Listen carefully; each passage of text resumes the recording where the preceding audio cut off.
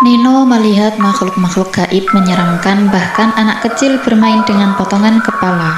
Dia ketakutan, pingsan, dan sejak saat itu mulai belajar ilmu hitam. Halo semuanya, selamat malam. Cerita selanjutnya kita kasih judul Kesalahan Fatal. Cerita ini masih dari buku Mereka Ada karya MWV Mystic, dan berikut ini merupakan kisah horor nyata. Kita sebut saja dengan Nino. Saat berusia 14 tahun, Nino terjebak dalam dunia kelam keluarganya yang erat dengan praktek musyrik. Nino adalah anak bungsu dari dua bersaudara. Keluarga dari pihak ibu memegang teguh hal-hal mistis, sedangkan dari pihak bapak adalah orang yang sangat taat beribadah. Dan dari sinilah benturan besar dalam keluarganya dimulai. Semuanya bermula saat Nino melihat seorang kakek-kakek meludahi mentimun di lemari dan seketika berubah menjadi mbahnya Kak Nino. Dari sini aku belum paham ya, yang dimaksud ini mbahnya hidup atau sudah meninggal, aku belum paham. Tapi kita teruskan dulu ceritanya ya. Keesokan harinya, Nino menceritakan kejadian itu kepada si paman, dan tak disangka paman malah bertengkar hebat dengan bapaknya Kak Nino hingga nyaris saling.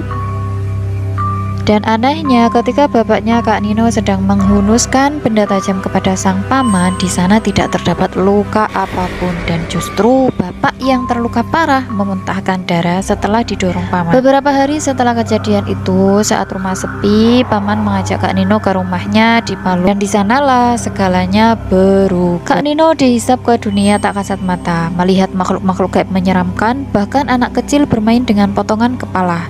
Kak Nino ketakutan, pingsan, dan sejak saat itu mulai belajar ilmu hitam dari sang paman. Semua semakin dalam ketika Kak Nino berziarah ke makam Mbah Buyut di Majasto. Di sana, Kak Nino diberi batu putih yang konon bisa memberi kekuatan dan mata batinnya dibuka kembali. Kak Nino mulai sering mengikuti pamannya ke tempat-tempat angker, merasa kuat dan tidak terkalahkan. Tapi dalam hati kecilnya Kak Nino ada kekosongan. Sampai akhirnya Kak Nino bertemu kembali dengan bapak, dan dengan emosionalnya Kak Nino menuntut alasan perceraian orang tua. Dari sini kita tahu ya, ternyata Kak Nino ini adalah korban dari broken home. Di sini bapaknya menceritakan kenapa bapak lebih memilih perceraian daripada melanjutkan pernikahan. Ternyata di keluarganya Kak Nino itu, dari sisi ibunya sering melakukan hal-hal mistis, hingga bapaknya sering sekali mendapat kekerasan secara mistis, seperti sakit-sakit secara mistis, muntah darah, bahkan cacat. Dan setelah Kak Nino memikirkan dengan sedalam-dalamnya, Kak Nino memutuskan untuk mengikuti arah bapaknya. Dan ketika dia ingin keluar rumah, dia bertemu lagi dengan kakek-kakek yang pertama dia lihat. Kakek itu berkata, prosesnya belum selesai loh. Tak lama kemudian disusul oleh pamannya. Pamannya berkata kepada Kak Nino, dasar kamu ya pengkhianat. Aduh, jadi begitulah guys cerita hari ini.